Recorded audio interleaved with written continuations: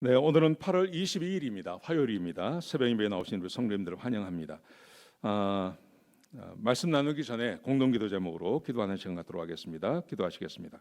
홍석화 집사의 암을 치료해 주십시오. 배옥진 집사의 뇌졸중을 치료해 주십시오. 언어가 회복되고 오른쪽 팔다리에 힘이 생겨나도록 해주십시오.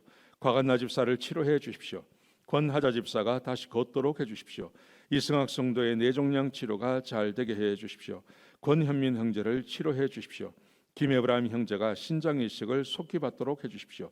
김시희 집사가 걷도록 해주십시오. 김수진 집사가 재발하지 않고 치유되게 해주십시오. 황순희 집사가 걷도록 해주십시오. 예수님의 이름으로 기도합니다. 아멘. 아멘. 오늘 본문의 말씀은 사도행전 25장 13절에서 27절까지 말씀입니다.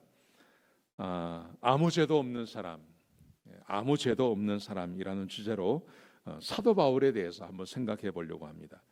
지난 토요일도 그 변호사가 와서 사도 바울을 이렇게 고발하는 사건이 있었습니다. 그때도 아무 죄가 없어서 그냥 성전을 더럽히는 자에 불과합니다. 이런 말을 했습니다. 이제 이 베스도라는 사람이 며칠 동안 거쳐서 사도 바울을 신문을 하고 그에 대해서 쭉 알아봤던 거죠. 그리고 결과가 뭐냐 하면 사도 바울의 죄가 없다는 겁니다. 오늘 본문에 보시면 총독이 직접 하는 말입니다. 뭐라고 말을 하냐면 사도 바울에게는 죄가 없다고 이야기합니다. 여러분, 이것이 우리 그리스도인의 모습이 되어야 하지 않겠냐 하는 그런 생각을 갖습니다. 자, 어떤 내용인지 같이 한번 보시겠습니다. 오늘 본문의 13절에 보시면 아그리빠 왕과 베니게와 걔가 베스도를 찾아왔습니다. 베스도가 이제 새로운 총독이 되었으니까요. 아그리빠는 아그리빠 왕 헤롯 아그리빠를 말하는 겁니다. 헤롯 아그리빠. 헤롯 아그리빠와 베니게가 누구냐면 아그리빠의 여동생입니다. 여동생인데 이 두 사람이 베스도를 찾아왔습니다. 베스도를 찾아왔을 때 그때 베스도가 이렇게 말을 합니다. 내가 바울이라는 자를 알고 있는데 이 바울이라는 자를 사람들이 고발을 했습니다. 그런데 오늘 18절 19절 말씀해 보시면 이렇게 말합니다. 원고들이 서서 내가 짐작하던 것 같이 악행의 혐의는 하나도 제시하지 아니하고 오직 자기들의 종교와 또는 예수를 하는 이가 죽은 것을 살아있다고 바울이 주장하는 이 일에 관한 문제로 고발하는 것뿐입니다. 유대인들은 이가 죽어야 할 일이라고 이야기했지만 정작 이 사람을 내가 다 살펴보니 죽일 일이 없었습니다. 여러분, 예수님께서 오셨을 때 빌라도가 똑같이 말하지 않습니까? 그를 왜 죽이려고 하느냐 이렇게 말하지 않습니까? 그런데 오늘 바울도 똑같습니다. 바울도 사람들이 이를 고발하고 그를 죽여야 한다고 말하는데 내가 찾아보니까 혐의가 하나도 없습니다. 죄가 하나도 없습니다. 오직 자기들이 믿는 종교적인 문제인데 그 종교적인 문제에서도 죄가 없었습니다. 그냥 예수께서 죽은 자 가운데 살아나셨다고 하는 그 말만 하고 있는 것뿐입니다. 이렇게 말을 하는 겁니다.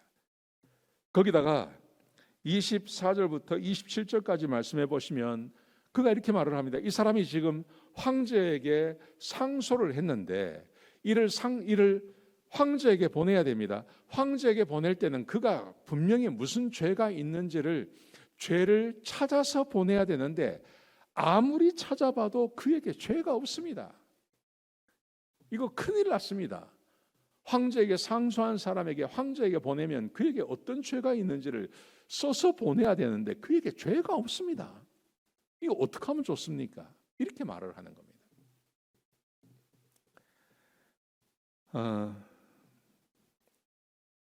우리 그리스도인들이 이 세상을 살아가면서 왜 율법을 지켜야 되는지, 왜 하나님의 말씀에 순종하며 살아야 되는지 여기에 대해서 굉장히 많은 말이 있습니다. 그리고 우리는 이미 구원받았기 때문에 죄를 지어도 상관이 없다, 이런 주장까지 하지 않습니까? 여러분, 그런데 성경은 우리에게 율법대로 살라고 말씀하십니다. 그런데 율법대로 살아야 할 이유가 어디 있냐면 그것은 다름이 아니라 이런 것입니다. 우리가 율법을 지켜 살 때 율법은 세상의 법보다 더 위에 있는 겁니다. 산상수훈에서 말씀하지 않습니까? 옛사람은 이르기를 살인하지 말라 그랬다. 근데 나는 너희에게 이르노니 형제에 대해서 쓸모없는 나라라 말하지 마라. 옛사람이 이를 가늠하지 말라고 그랬다. 근데 나는 너에게 이르노니 여자를 보고 음욕을 품는 것은 이미 가늠한 것이다. 살인하지 마라, 가늠하지 마라는 이 세상의 법과 똑같은 겁니다. 근데 예수님께서 우리 그리스도인들에게 주신 말씀은 그거보다 더 상이 있는 겁니다. 살인하지 않는 것은 당연한 것이고 형제에게 쓸모없는 놈이라고 말하지 마라. 간음하지 않는 것은 당연한 것이고 간음하는 생각도 하지 마라. 이게 율법이죠. 우리 그리스도인은 그렇게 살아야 한다는 것입니다. 우리 그리스도인들이 이렇게 살아갈 때 오늘 사도 바울과 예수님께서 사셨던 같은 그런 높은 도덕성을 우리가 소유하며 살아가게 되는 것입니다. 그때 우리가 이 세상에서 빛과 소금의 역할을 할 수 있다고 생각합니다.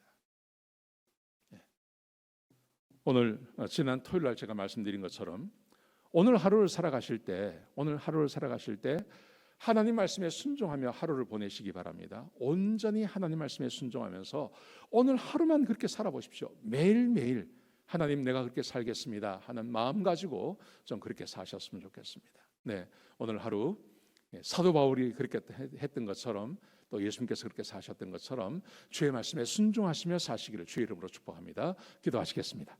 아버지 하나님, 귀한 말씀 주셔서 감사합니다. 하나님의 말씀에 언제나 순종하며 살게 하여 주옵소서. 하나님, 그래서 이 세상 사람들보다 더 도덕적으로 우월한 우리들이 되게 하여 주옵소서. 주님 감사합니다. 예수님의 귀하신 이름으로 간절히 기도드렸습니다. 아멘.